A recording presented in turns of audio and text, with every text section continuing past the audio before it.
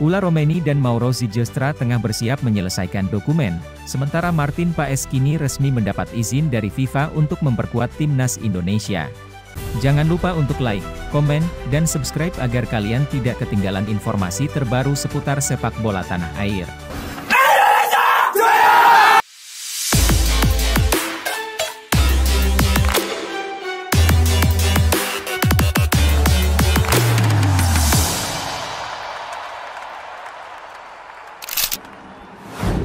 Timnas Indonesia saat ini sedang berada dalam fase krusial untuk memperkuat tim mereka, terutama di lini depan yang selama ini menjadi salah satu titik lemah. Pelatih utama Shin Tae-yong, yang telah membawa banyak perubahan positif sejak mengambil alih tim, kini mendapat bantuan dari asisten barunya, Yeom Ki-hun, mantan pemain dan pelatih berpengalaman dari Korea Selatan.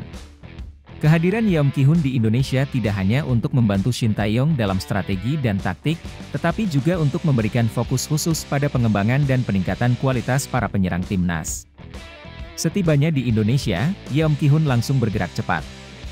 Ia melakukan serangkaian pengamatan terhadap para striker yang saat ini menjadi andalan timnas Indonesia, serta mengamati bakat-bakat yang ada di Liga 1, kompetisi sepak bola tertinggi di tanah air.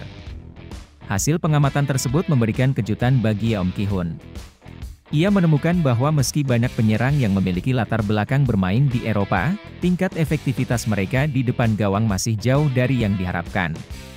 Catatan gol mereka terbilang rendah, terutama jika dibandingkan dengan pemain dari negara-negara Asia lainnya yang berada di level yang sama atau bahkan di bawah.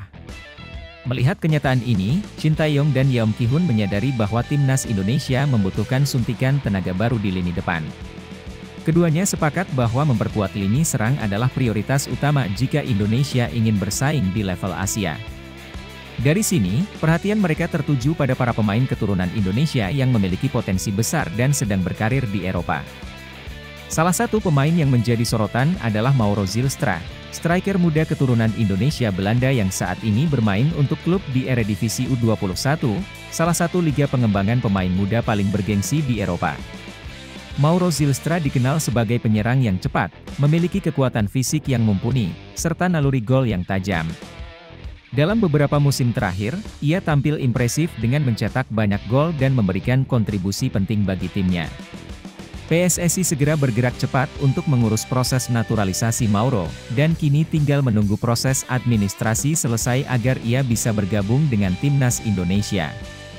Selain Mauro Ziljestra, ada juga Ula Romeni, pemain keturunan Indonesia yang juga berkarir di Belanda. Ula dikenal sebagai penyerang yang cerdas, mampu menciptakan peluang dari situasi sulit, dan sering mencetak gol-gol penting untuk timnya. Kehadirannya di timnas Indonesia semakin dekat, terutama setelah muncul tanda-tanda di media sosial bahwa ia siap mengalihkan komitmennya dari Belanda ke Indonesia. Ula Romeni bahkan dikabarkan telah menghapus beberapa foto dirinya berseragam timnas Belanda di akun media sosialnya, serta mengikuti akun PSSI, yang semakin menguatkan spekulasi bahwa ia akan segera bergabung dengan skuad Garuda. Tidak hanya lini depan yang mendapatkan perhatian khusus, posisi kiper juga menjadi sorotan. Martin Paes, kiper muda yang saat ini bermain di MLS bersama FC Dallas, baru saja mendapatkan izin dari FIFA untuk membela timnas Indonesia.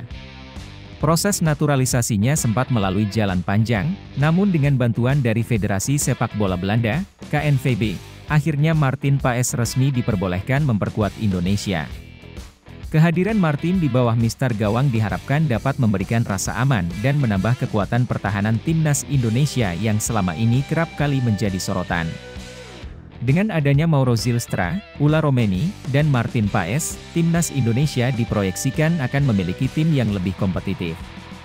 Para pemain diaspora ini diharapkan dapat membawa pengalaman dan kualitas internasional yang mereka miliki untuk membantu timnas Indonesia bersaing di kancah Asia.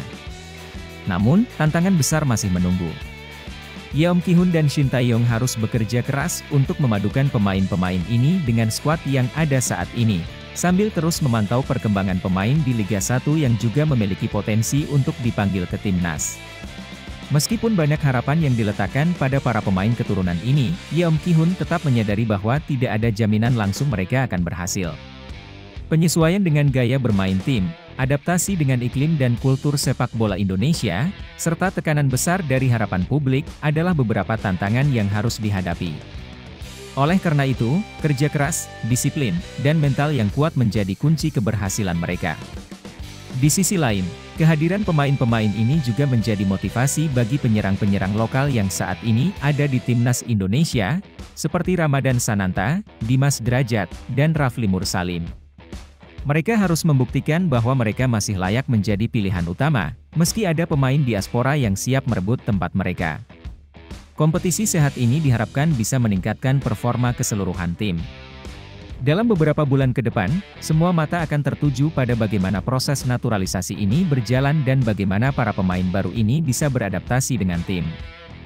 Jika semua berjalan lancar, Timnas Indonesia akan memiliki skuad yang lebih kuat dan siap untuk menghadapi tantangan di turnamen-turnamen besar mendatang. Para pendukung Timnas, tentu saja, berharap ini adalah awal dari era baru sepak bola Indonesia, di mana Garuda terbang lebih tinggi di kancah internasional.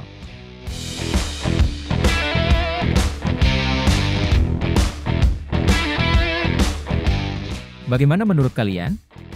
Tulis pendapat kalian di kolom komentar. Jangan lupa untuk terus mendukung dan memberikan semangat kepada Timnas Indonesia dalam perjuangannya menuju Piala Dunia 2026.